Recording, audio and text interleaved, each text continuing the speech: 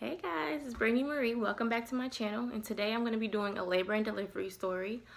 I've been wanting to do this video for a while now, and it's just been so hard with balancing school and work and being a mom. But I feel like since it's going to be a year next month since he's been born, it's only right that I do a labor and delivery story. So I finally have time now, as you guys can see, so let's just jump right on into it. Okay, so I don't have any notes or anything written down, so I'm pretty much going to be trying to go off the top of my head. And obviously, like I said, this has been like a year since I've had him, so my memory is a little foggy, but I'm going to try to touch on everything that I can remember that is clear to me still. So, he was born on December 23rd. I remember the exact time that he was born, but he was born on December 23rd. Everybody thought that he was going to be a Christmas baby, and I did not go into labor naturally. So I did get induced. And if I would have waited maybe another day or two, I probably would have had him on Christmas. But they honestly thought that I was going to be in labor a lot longer than I was, just because I was getting induced. Which I would have been fine whether it was a Christmas baby or not. I'm happy that he was even born so close to Christmas. Time for birthdays and Christmas and doing them together. We don't know if we want to do them together, if we're going to separate them. We're going to do one gift this day, a gift that day. He's probably not going to like that when he gets older, so that's probably not going to happen. But, yeah, so I was 42 weeks when I got induced. So yeah, he did not want to come out anytime soon. So, and any pregnant moms out there that have kids or are pregnant right now, you know how it is when you get into your third trimester. You are pretty much over it. You're tired of being pregnant. Everything hurts. You're not getting any sleep. You got heartburn. It's just hard. Everything's difficult. So you're just pretty much over it at that point. You're ready for this baby to come out, and that's exactly how I was at 42 weeks. I was ready for him to come out. I was uncomfortable. I wasn't getting any sleep. I was having heartburn every night. I was just getting cramps, but honestly, I had a pretty easy pregnancy. I didn't really have a difficult pregnancy at all. I can probably count on one hand how many times I had morning sickness. I didn't throw up a lot. I didn't have any difficulties with my pregnancy or anything like that. But I was very, very, very nervous about giving birth. And anybody who really knows me personally, they know that that was one of my biggest fears, was having a baby. So when I found out that I was pregnant, I mean, it was kind of sort of planned, but not really. But, you know, we were like, if it happens, it happens type of thing. But yeah, so I was very nervous about giving birth. That was like the main thing that scared me. Like, I'm going to be pushing a baby out of what? Like, okay. I went to the doctor. I got my regular weekly checkup because, you know, once you get to your third trimester, you do start having checkups every 2 weeks. So I went to my 2-week checkup. I was pretty much over it, like I said. So I'm like, you know, what can we do? You know, I had been doing research about getting induced. I know a lot of people weren't too fond of getting induced because, I don't know, a lot of people just prefer to give birth naturally, I guess. I know it's better that way, to just let him come out when he's ready. But, I mean, when you're that much overdue, then they will give you the option that you can get induced. So that's what I wanted to do. That's what I did. We scheduled for me to get induced. We pretty much were like, okay, let's wait maybe 2 or 3 more days. But we're going to schedule you to get induced on this day, which I believe, yeah, it was the 22nd. I was scheduled to get induced. And it's crazy because, like I said, I was so nervous about giving birth. But at this point, I was just ready. Like, get this baby out of me for real. I wish that I was on YouTube when I was going through my pregnancy so I could have kept you guys updated with my first trimester, second trimester, and then third trimester updates and stuff like that. But unfortunately, I wasn't able to do that, which, like I said, I had a pretty easy pregnancy. So, I mean, there wasn't too many complications that I had when pregnant. But yeah, so we scheduled that for the 22nd, which I didn't end up going into labor. My water never broke. My mucus plug never fell out, which those are signs that you could be going into labor. I don't believe I had any contractions. I didn't have any of those things. So as far as I can tell, I don't think that I was going to be going into labor anytime soon. So I believe that me getting induced was the right idea, because like I said, I was just over it. I wanted to have him here for Christmas, you know, but I wouldn't have mind if he did come on Christmas, but I did want him here for Christmas. So yeah, so to the 22nd, we went to the hospital where I got checked in and everything. They pretty much put me into one of the rooms that they have you wait in for pregnant women. There weren't too many people on my floor. I think there were like 2 or 3 other pregnant women in there. And they just check the heartbeat, make sure everything is good. They tell you what's going to happen and this and that. I think they wanted to see how far down he was, which I did. My belly did drop. So they wanted to make sure that he was head first, that he did drop just before they decided to induce me. So they checked all those things. They checked the heartbeat and wanted to make sure that I was good to go for getting induced. So they did all that. I was good to go. So they decided that they were going to go ahead and induce me that night. And like I was saying, the nurses pretty much thought that I was going to be in labor for such a long time, because when you do get induced, it is a possibility that you can be in labor for, you know, a long period of time, a day or 2 or 3. You can be in labor for that long when you do get induced, because obviously you're not going into labor naturally. So you still have to wait for the antibiotics or medicine to kick in for your labor to jumpstart. So yeah, they pretty much explained to me what was going to happen, and so I was waiting in this room for maybe like 30 minutes. Then they brought me up to the actual labor room, I guess is what it's called, the room that I'm going to be giving birth in. I guess they took me up there, and they put this IV in my hand here, which hurted so bad. It hurted so bad. And I'm not too fond of needles either. So, you know, and that's another reason why I was so scared to give birth, because I know that there's a lot of needles involved, and I'm terrified of needles, which is crazy because I have a lot of tattoos. But hey, so yeah, they put the IV in. That hurted, which hooked me up to the Pitocin, I believe that's what it's called. Yeah, to start getting you ready. And then they take 2 fingers and they stick it up there to check you. Yeah, pretty much to check to see how soft your cervix is. I believe that's what it is that they're checking for. But let me tell you, that hurts so bad. That was one of the most painful things with me going into labor, and the whole experience. Even when I would go to doctors and do checkups, when they would check me, I hated it. It hurt so bad. I don't like pap smears. It's just, all of it is just painful to me. I don't know. It was bad. I'm like holding on to the railings, and you know, I'm moving back, and she's like, okay, you just gotta take a deep breath. You gotta be still. You gotta, you know, try to do this. And I'm just like, no, this hurts so bad. I cannot do it. I can't do it. But I got through it.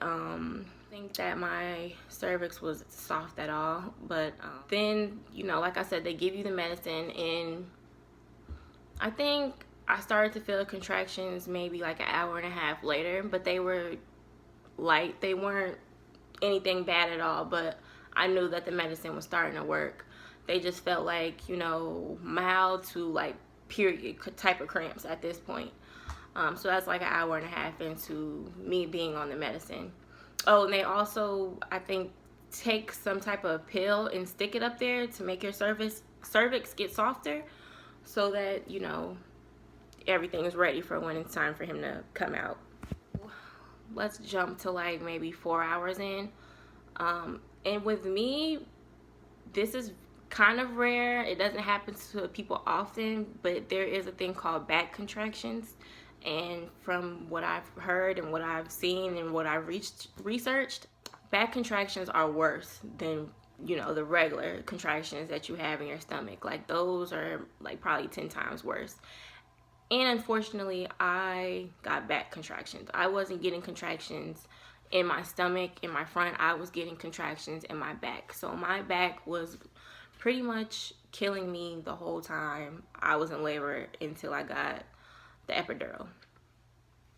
So yeah.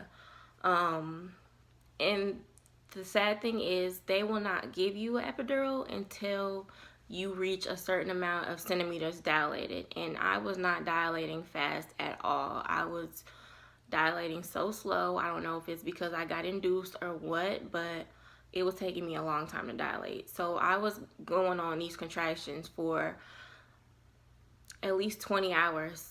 I was just dealing with these contractions, this back labor, this intense back labor I was dealing with. And my boyfriend tells me all the time when I bring up me being in labor, he was just like, you were pretty much just being a bitch the whole time. Like, you were just being so mean. I guess I was just being so mean to him, but you know, I wanted him to like massage my back and stuff like that because it hurted so bad, and he just wanted to sleep. And I'm just like, okay, excuse me, I'm the one in pain. You know, I think that was why I was just being so frustrated with him, because you know he's trying to get rest and I'm pretty much dying over here. So yeah, he would massage me though. He would massage me for a good 5 minutes, it felt like, and then he'd be back to trying to take a nap. So you know, the nurses were nice. They had this tub in the room that I was staying in, so they were like, it was like a hot tub, jacuzzi type of tub, and they would fill that up for me. And honestly, I feel like that's what helped me get through my contractions the most, because it felt so good to sit in that tub and just have the water like squirt out on my, I did still feel the contractions. They did still hurt, but it didn't feel as bad as when I wasn't in the tub. So I would get in there for a little while. Then I would get out, because they have to continue to check you to see how far along that I was not dilating fast at all. So it's probably like 10 hours in and I'm still going through these terrible back contractions. So I think they wanted me to be, I asked, like, I was just in so much pain. So like I was like begging the nurses to give me something. Please just give me some type of medicine to ease this pain. So the nurse told me that the only type of medicine they could give me, I don't recall the name for it, but it wasn't as strong as the epidural, but it was supposed to like help some, which to me it didn't help at all. I was still feeling the contractions. They still felt painful. It didn't really feel like the medicine did anything for me. But she did give me that. They wanted me to be at least to 3 centimeters dilated before they gave me the epidural, and I think I was like at 2. So I ended up trying to get in the tub again, I believe. And then I was so upset because the nurse, as soon as my boyfriend was like getting the water ready and stuff for me to get in the tub, the nurse came in and was like, oh no, you can't get back in the tub right now. We have to check you. You have to stay on the bed and all this and that. And I'm just like, oh my gosh, are you serious? I can't get back in the tub. I'm in so much pain. So I got back in bed, unfortunately. And I do believe that they told me now I was finally to where I needed to be to get an epidural. And at this point, I was in so much pain. I couldn't talk. I was on the verge of tears. Every time I would get a contraction, I was squeezing onto anything that I could get my hands on. I was almost gonna break my boyfriend's hands. He was trying to hold my hands. I would like fall asleep for 2 seconds because I was so tired. At this point, I've been in labor for 15 hours or more. So I was just so tired. I was exhausted. So when I would finally be free of the contractions, I would, you know, fall asleep. And then as soon as the contractions came again, I would wake right back up. And I'm just like, oh my goodness. And just squeeze really tight. Like it just hurted so bad. I honestly feel like I was going to die. I really did. Bad thing about getting the epidural, you have to wait for the epidural doctor, I guess, or the man that gives you the shot. You have to wait for him to finally become available, because I don't know why, but you have to request the epidural maybe like 30 minutes beforehand just to get it when you need it, because either he's out giving different people epidurals, or he's just not busy, or he's just not ready, or he's doing other things. I don't know what it is, but sometimes it takes a while for the epidural person to get to you. So my advice would be to request him ahead of time, so you're not waiting another 30-45 minutes and you're in excruciating pain with contractions and you're still waiting to get the epidural an hour or so later. So I believe it took him maybe like 30-40 minutes just to finally get to me. I have to sit here and wait almost another hour in pain just for him to finally get to me. So when he got there, nobody's allowed to be in the room while you're getting this epidural. And I was nervous about that. I'm pretty sure anybody would know why. I know you've heard things about epidural, and if not, it can be life-threatening if it's not done properly. So yeah, it's something to take serious. It's not anything to take lightly. You're not supposed to move while he's giving you this epidural, and if you don't know, the needle is pretty thick and it's pretty long and it goes in your back. So they have to have you like bend down. Somebody has to hold you from the front just to make sure that you don't move or anything like that, because like I said, you can be paralyzed from the waist down, I believe. I'm not sure, but you can be paralyzed if it's done improperly and if he like hits a nerve or something like that. So somebody has to hold you like from the front to make sure that you don't move any sudden movements or anything like that. And I like kind of was jerking a little bit because like I was getting contractions almost like every two to 3 seconds, maybe, or 1 minute, 1 or 2 minutes. Like I was getting contractions like back to back. So it was like hard for me to like try to stay still while he's putting this big needle in my back. So the nurses like held me from the front, and the doctor was like, you know, you gotta stay still, because like I said, I was jerking a little. And I'm just like, I'm trying. It's just the contractions and it hurts so bad. And they're like, it'll be done real soon. And honestly, you do feel like a little sting going in your back when he does finally put the needle in there. But it's nothing to me compared to the contractions. So, you know, and it's only for like 2 seconds. You feel this sting and it goes away. And then the epidural is great. It's very great. After it was all done, they do leave the needle in your back. That's one thing that you do need to know. They leave the needle in your back. They tape it to your back so that it doesn't move. And then they just keep the medicine going so that, you know, you don't feel the contractions anymore. And let me tell you, I felt so good after getting this epidural. Like, epidural is a lifesaver. I know some people want to give birth naturally, but if you're one of them, epidural is going to be your best friend when in labor. I will highly recommend it. It was great. So after I finally got the epidural, I was able to talk now. I was feeling good. I forgot I was even in labor. I was finally able to take a nap, you know. Then I was able to talk, communicate. I was, you know, aware of my surroundings now. I wasn't just so much in pain, because at first when I was having contractions, I wasn't talking. I wasn't active, you know, I wasn't doing any of those things. I was just so focused on the contractions because they were bothering me so much.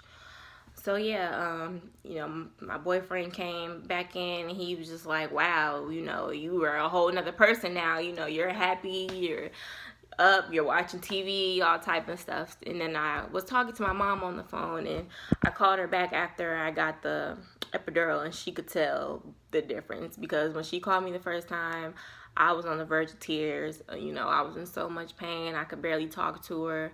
And then when I called her back again, because she lives out of town, so she was on her way to me. So I was just pretty much keeping her updated with everything that was going on. And when I called her back the second time, she could definitely tell a difference in my voice, that, you know, I was feeling a lot better after I got the epidural. And then I do believe that I ended up taking a nap. It felt like to me I was only asleep for 30 minutes, but I think that I was asleep for maybe an hour or two. And then the nurses came and woke me up, and, you know, they wanted to check me. And for some reason, after I got the epidural, I just progressed like that. Like, it seemed like, you know, I went to sleep for 30 minutes. And they came back to check me, and they were like, hey, you know, you're ready. We can start pushing in like 30 minutes or so. And I'm just like, wow, really? You know, that was fast. You know, things moved right along very quickly after I got the epidural. Yeah, so they let me rest again for another 30 minutes. They gave me this like big ball to put in some, or, you know, open me up a little bit more to get ready to push. And they were pretty much like touching my legs and stuff like that, and asking me if I feel anything. Do I still feel the contractions or anything like that? And I was like, no, girl, I don't feel anything. I feel wonderful. And they're like, wow, that's crazy. You're having contractions back to back. You don't feel them? And I'm just like, no, I'm good. Like, I'm good. I'm feeling great. So yeah, they came back in 30 minutes later, and it was time to push. So they pretty much put my legs on these two like bars that you have to hold your legs up on, just to prop your legs. They broke my water for me, because still this whole time that I was in labor, my water still did not break naturally. So they did have to break my water, which I didn't really feel too much of anything. I mean, at this point, after I got the epidural, I wasn't feeling anything at all. Like, seriously, from that point on, I didn't feel a thing. So, yeah, they broke my water. And at that point, it was really time to go. Like, it was time. So they told me, like, okay, the next contraction, we're just going to have you push. And I'm just thinking in my head, like, oh my gosh, this is really happening. I'm really about to have this baby right now. I'm pushing. Like, I waited 9 months for this. I never even imagined me having a baby, and right now it's happening. It's happening. I'm getting ready to push, you know. Maybe in an hour or so, I'm going to have my baby laying on me. Like, what is he going to look like? How am I going to feel? Am I going to cry? Like, many things running through my head. And one thing that I did really ask my doctor, I asked her if she could try to not, like, rush me. Because sometimes if you, like, force the baby out too fast, that's what causes the third-degree tears, and that can reduce your chances of tearing, or that can lower your chances of not having such a bad tear. And that was one of my biggest fears as well with having a baby, was me tearing. I was terrified. I didn't know if I was going to feel it. I didn't know about any of that. Just the thought of me tearing down there made me sick. Like, I didn't even want to think about it. So one thing I did ask my doctor was to please, you know, try to reduce my chances of tearing. If you can, you know, try not to have me tear at all, you know, but obviously she can't control me tearing down there or not. So push. And I didn't feel anything. I didn't feel anything at all, but I didn't know if I was pushing right. So, you know, they just told me to try to push like you're having a bowel movement. And, you know, another thing that is possible, to poop yourself while trying to push, because obviously you're trying to push like you're having a bowel movement, so it could possibly happen that you would poop yourself. So I didn't, but personally, but that can happen. I have heard of some people doing that. Some of my other friends that have had kids, they told me that that did happen to them, which, you know, they're not gonna get, you know, embarrass you or give you a hard time. They probably won't even tell you that you did it unless you ask. You know, it's normal to them. So that's nothing to be embarrassed about. If you're embarrassed, or if you're worried about that, or, you know, if you're concerned about it, don't even worry about it. It's normal. It happens probably often, so I wouldn't even sweat it. They want you to bring your, like, chin up to your chest. I guess that makes it easier. And I think that I pushed a good 4 or 5 times, and he was out.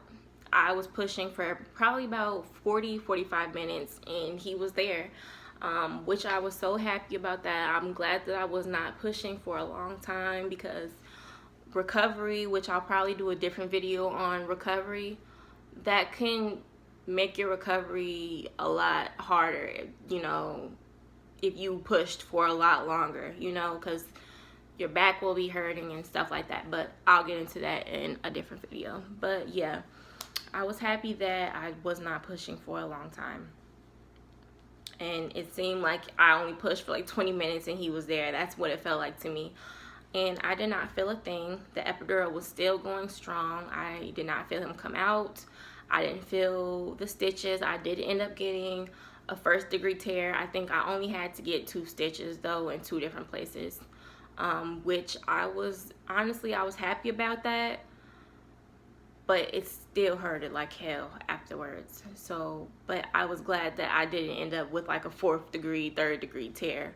And it took maybe a while for the epidural to go off, wear off, I should say. They pulled him out of me, laid him on my chest, and me and my boyfriend, like, we talked about this. He was not supposed to go anywhere past my belly button. He wasn't supposed to look past anything like that. And I don't know what happened, but he just decided he wanted to be curious, and he looked the whole time I was pushing him out of me. And he said he almost fainted because he's seen everything. He's seen the placenta get delivered, which that comes out about 2 or 3 minutes after you give birth. I didn't feel it, probably because I was on the epidural. I don't know what it feels like when you're natural. Comment below if you did have natural birth and you felt everything. I want to know like what that was like for you. But when he seen the placenta come out, he almost fainted. So that's why I'm like, yeah, that's why I told you don't go down there, because I'm sure it wasn't pretty. He did end up cutting the umbilical cord. We do have some pictures. Unfortunately, we didn't record, which I wish we would have. It was just a rough time with me being in labor. So I think me and him were just so much focused on these contractions and getting me through it versus recording the whole process, which we were supposed to, but it just didn't happen because you don't know what to expect when you go into labor. It could be a real easy labor for you, or it could be a very difficult labor for you. So the umbilical cord, they cleaned him off. My boyfriend told me that when he came out, he was sleeping. He was still asleep when he was delivered.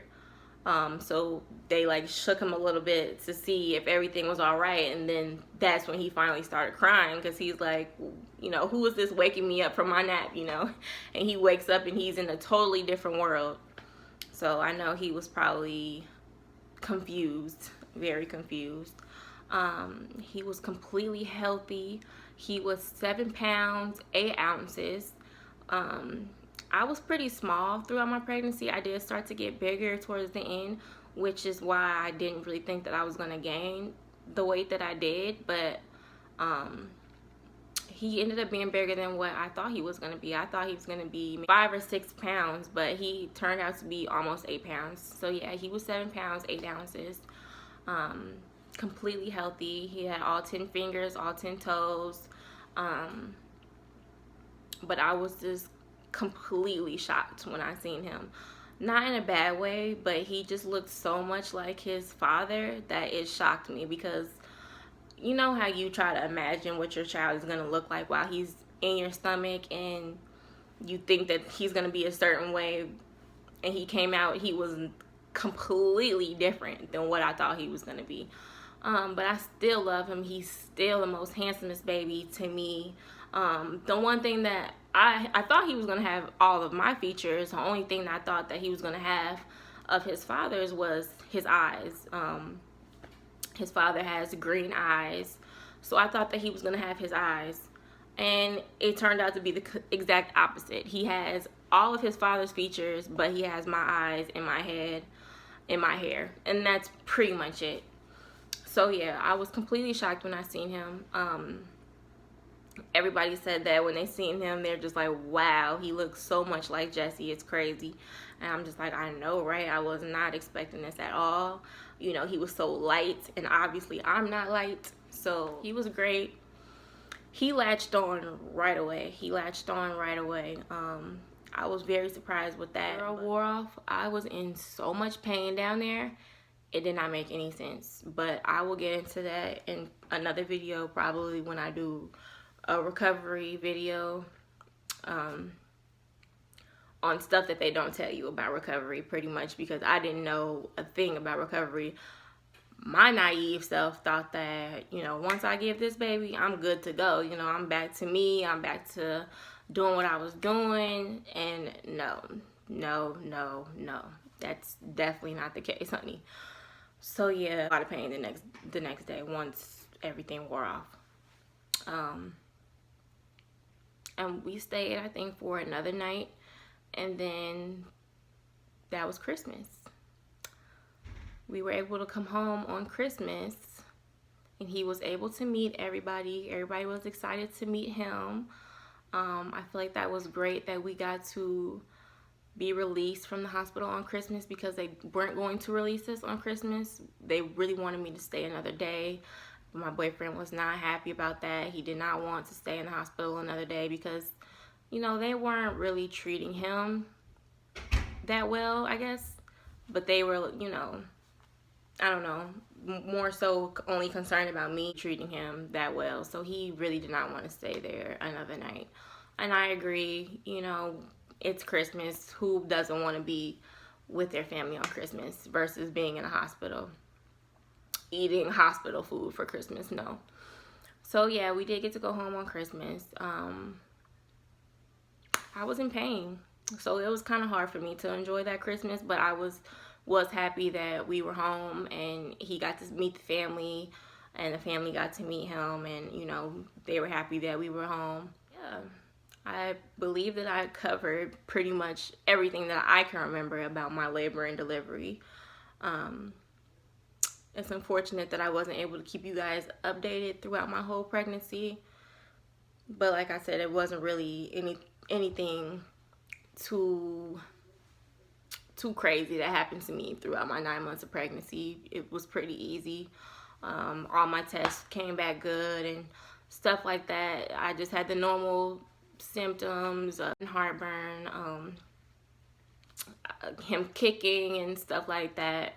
That was pretty much it. And then yeah, my labor was, I don't know, they say that after you give birth, you know, you don't even really remember all the pain that you went through, because you pretty much forget about it once your child is in your arms, or as some time goes on, you don't even really remember the pain. And that's how I feel now. Now, looking back on it almost a year later, I can't really even recall the pain like that. All I know is I was in a lot of pain, but it is just, that's it, you know. I'm happy that he's here. I love him so much. He's such a sweet baby. Everybody loves him. He's always so cheerful. He's always so happy. He's just a positive little baby. I just love him so much. He makes my day all the time. When I'm having a bad day, he knows how to brighten up my day and for the world, and I'm so thankful for him. But I do want to get into the recovery in a different video, because I do feel like people need to know about the recovery process, because I didn't know about it, and I wish that I would have. I wish I would have known what I was getting into after giving birth, because I thought that I was done after that, and recovery is a whole nother couple of months of dealing with stuff. So you don't go right back to yourself after you give birth to a baby, that's for sure. But yeah, he was born December 23rd, which next month he'll be 1 year old. That's crazy to me. I can't believe that it's been almost a year since I've had him. He changed my life. He really did. He was 7 pounds 8 ounces. If you like this video, please like and subscribe, and I'll see you guys in my next video. Bye, loves.